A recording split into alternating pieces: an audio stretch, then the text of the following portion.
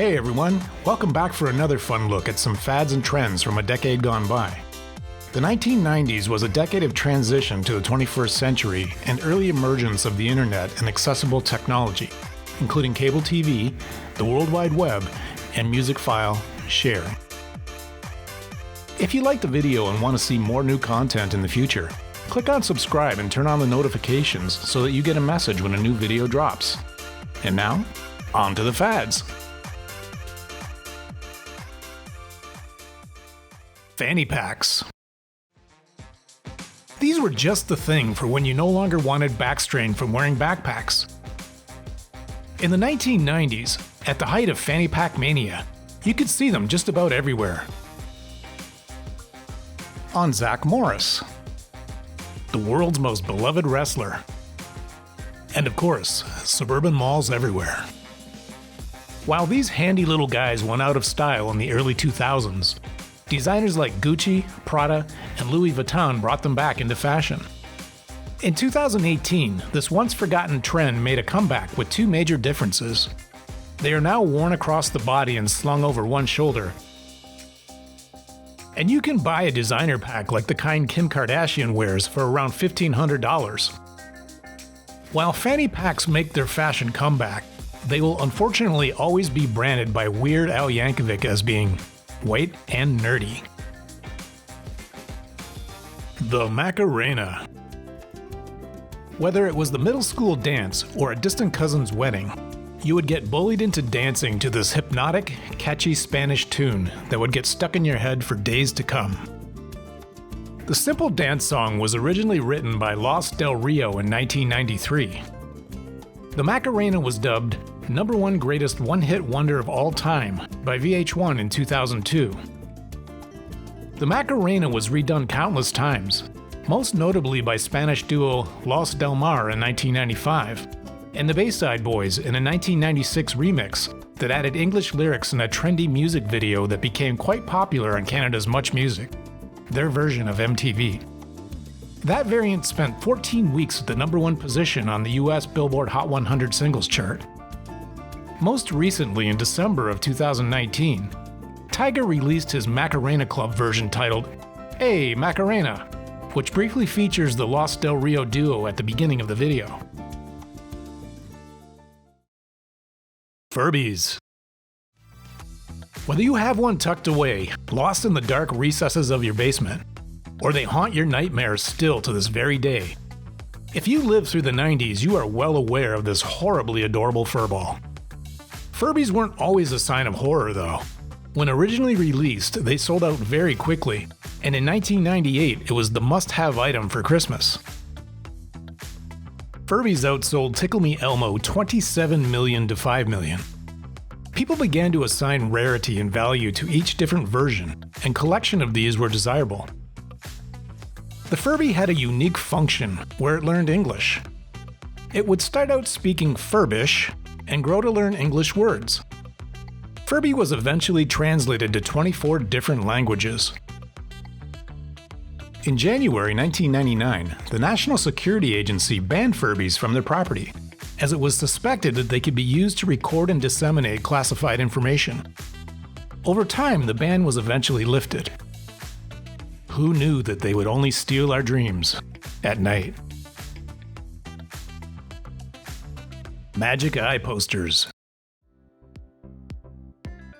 Hey, want to come over and check out my magic poster? Maybe not the best pickup line, but you have to admit, the poster was pretty cool, wasn't it? The visual puzzle that took the world by storm was a mess of colors that concealed 3D images in the background. To see the hidden image was a skill, and not necessarily a magic eye at all. One only had to unfocus their eyes and the image would appear. Some people, though, could never figure out how to see the image. Posters, postcards, magnets, books, you name it. You could find these optical illusions in just about every gift shop, mall, and bazaar across the globe. Their greatest success was achieved when they were able to publish the images in the form of books. The original 30,000 book release sold out within 24 hours in 1993. Although the fad began to die down as early as 1995, there is still a small store to this day in Provincetown, Massachusetts that is dedicated to these optical wonders. The Dancing Baby and the Hamster Dance. What does a dancing baby and a four-piece fictional hamster band have in common? They are probably the world's very first memes. At the time, computer-generated 3D rendering was still new, which explains why this baby looks a little possessed. But nonetheless, this ugly baby would go full viral. The baby does sort of cha-cha type movements that would become a signature dance. While the video was redone with many different songs for the baby to dance to, it is most known for dancing to Hooked on a Feeling, and was often referred to as the Ooga Chaka Baby. The more two-dimensional hamster dance was released in August of 1998.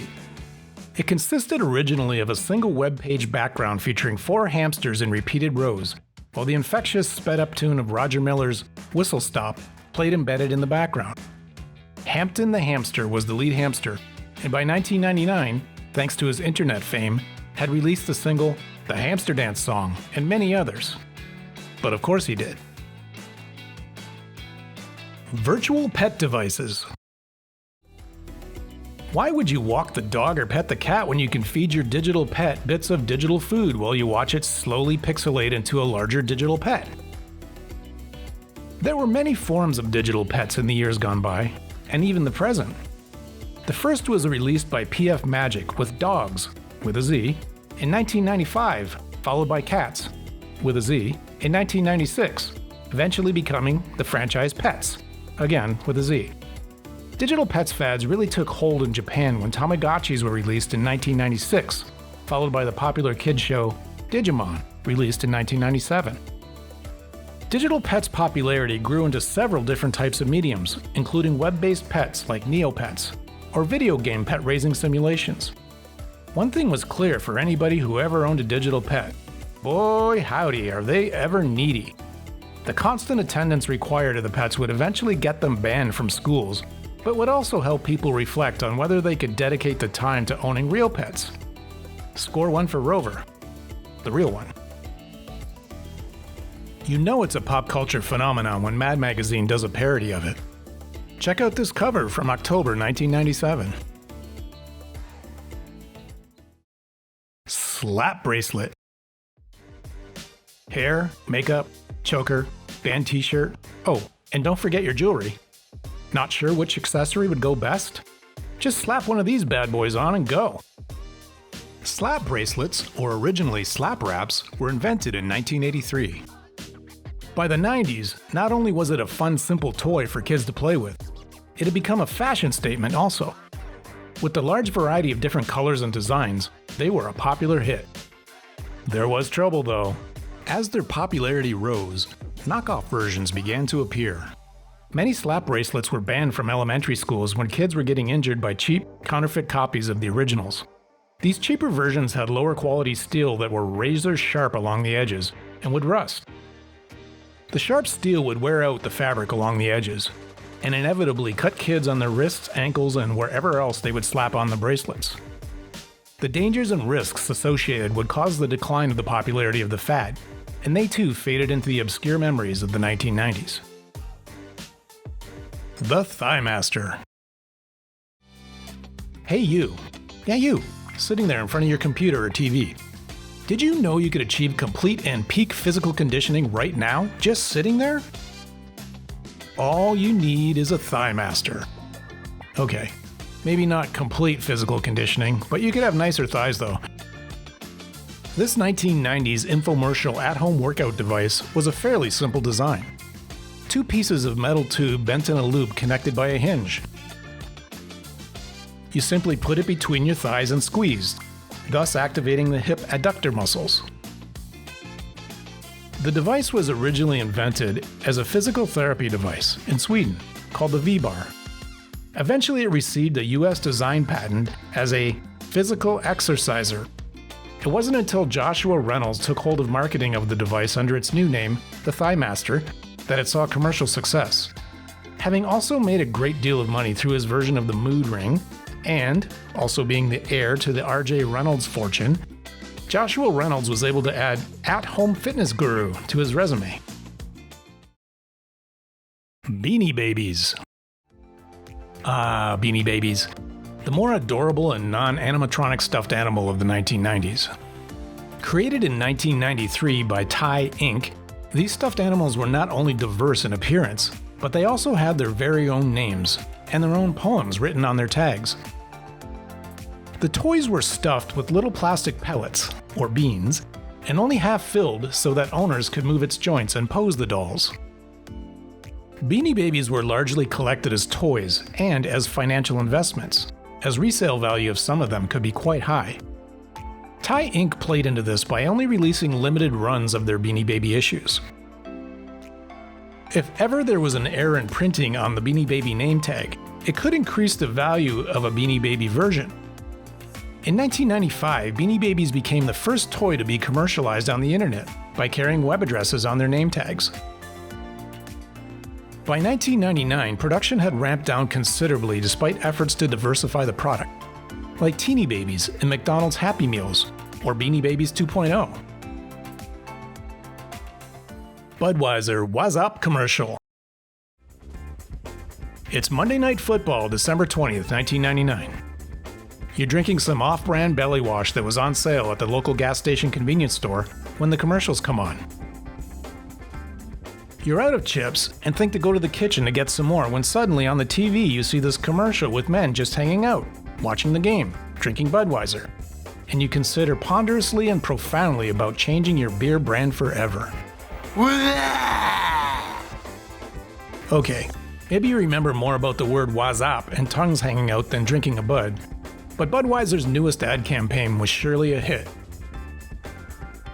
To close out the 1990s, people everywhere were sticking their tongues out and screaming, "What's up?" From greeting your bestie, to DJs on the radio, to prank calling friends on random nights.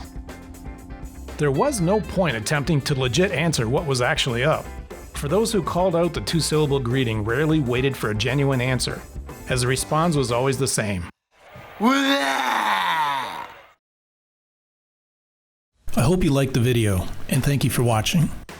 Please subscribe by clicking on the button below. I really do appreciate your support.